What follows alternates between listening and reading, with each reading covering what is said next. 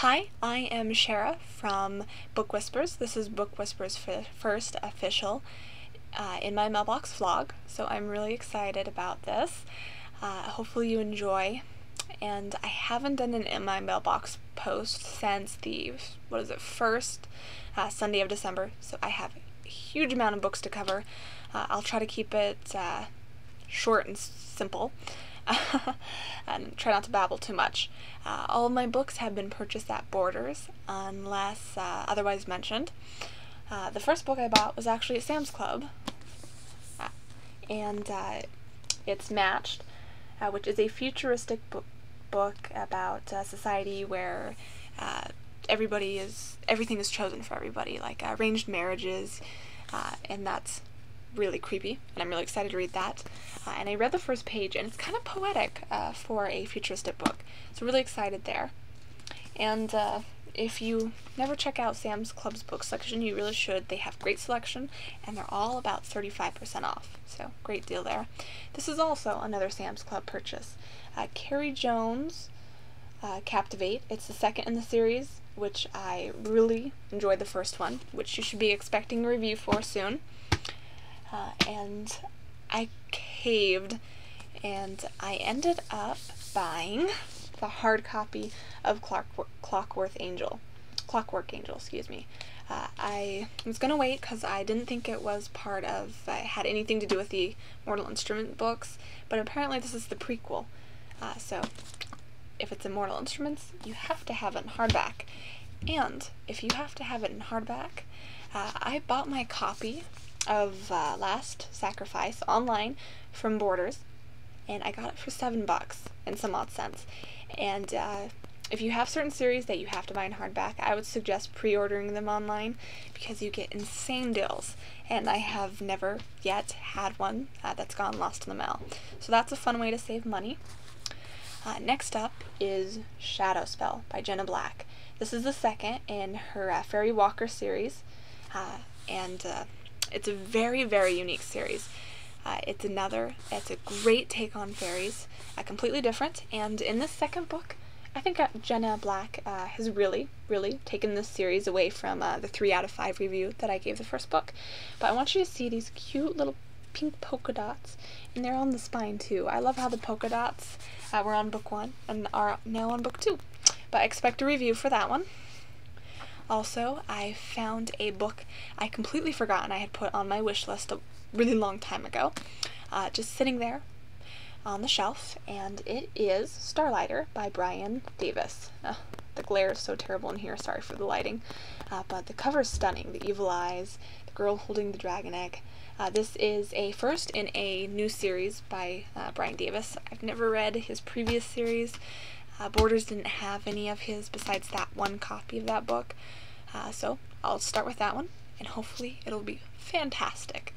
I read Blue Bloods a while back, and I will be posting a review for that one as well, but I already had book 2, and I was so in love with book 1, I decided I needed to buy book 3, and I love how it's the picture of the neck with the hair held back, and the gorgeous fingertips on her neck, and this tattoo is just so sexy and slick. It looks incredible.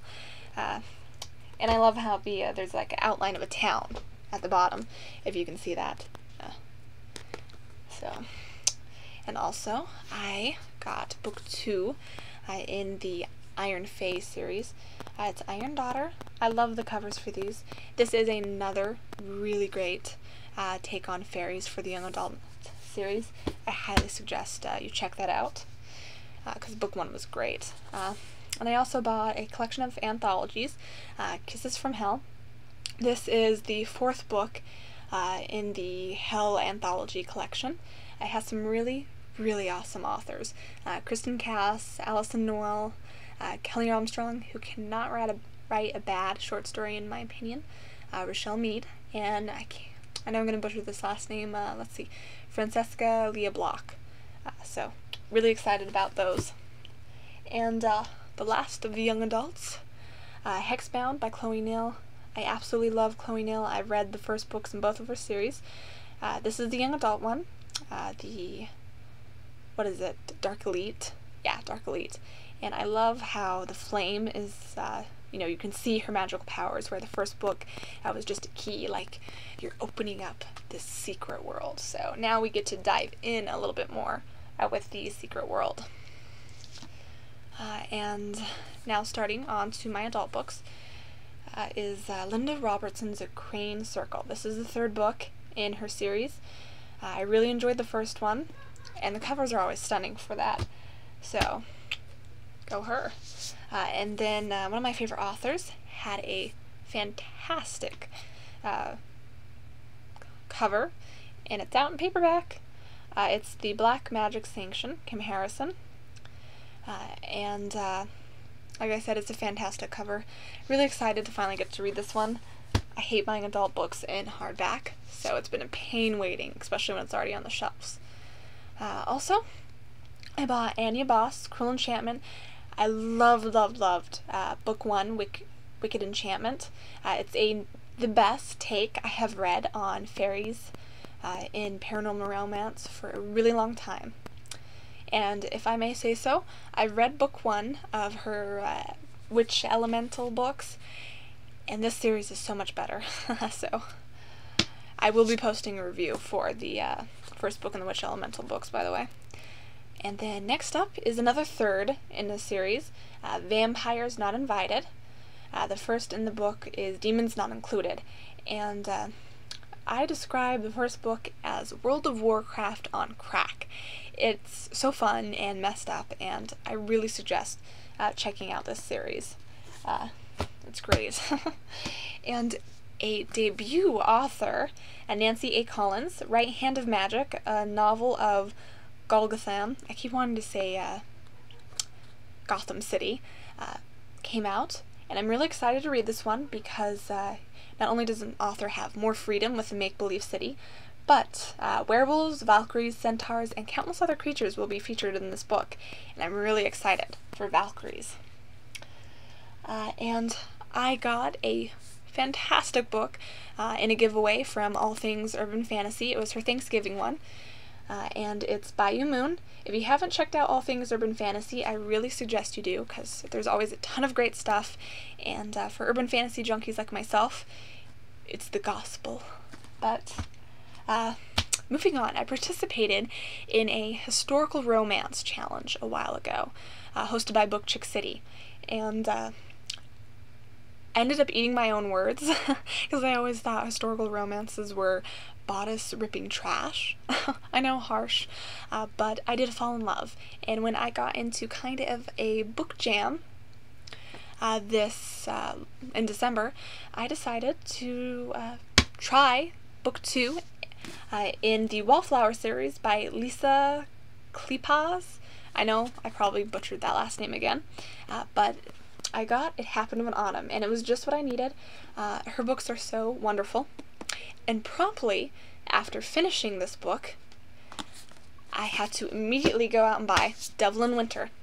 I wasn't sure how Lisa was going to do it, make me love a character who had really naughty intentions in the last book and was completely evil, but she did it, and I loved it, and I would have immediately read the next one, but my Borders didn't have it, and I couldn't get it anywhere until I went traveling to the land of big cities and found a Barnes & Nobles. And I never thought I'd find a bookstore that made my bookstore look like it had fantastic selection, but they only have 3 of Lisa's books on the shelves, and thankfully one of them was Scandal in Spring, so I will be reading this one soon. I've decided to post all reviews for them, because we need to break out, and for all of my fellow urban fantasy fans, you really should probably check them out, especially historical romance fans. Also, a friend on Goodreads recommended the Virgin River series, and this book was such a healing book, and it was fun and light, and not what I was quite expecting out of a contemporary romance. I was expecting some wishy-washy soap opera, but this was great, and yeah, I loved it. I'll also be posting a review for that. And I also decided to read Naked in Death by J.D. Robb, also known as Nora Roberts. It's the first Nora Roberts books I've ever read. I'm currently reading it. It's really fun, and really excited to see how this one turns out. But that is all for now in my mailbox. This is a little longer than I liked, but we got through it. So I will see you next week.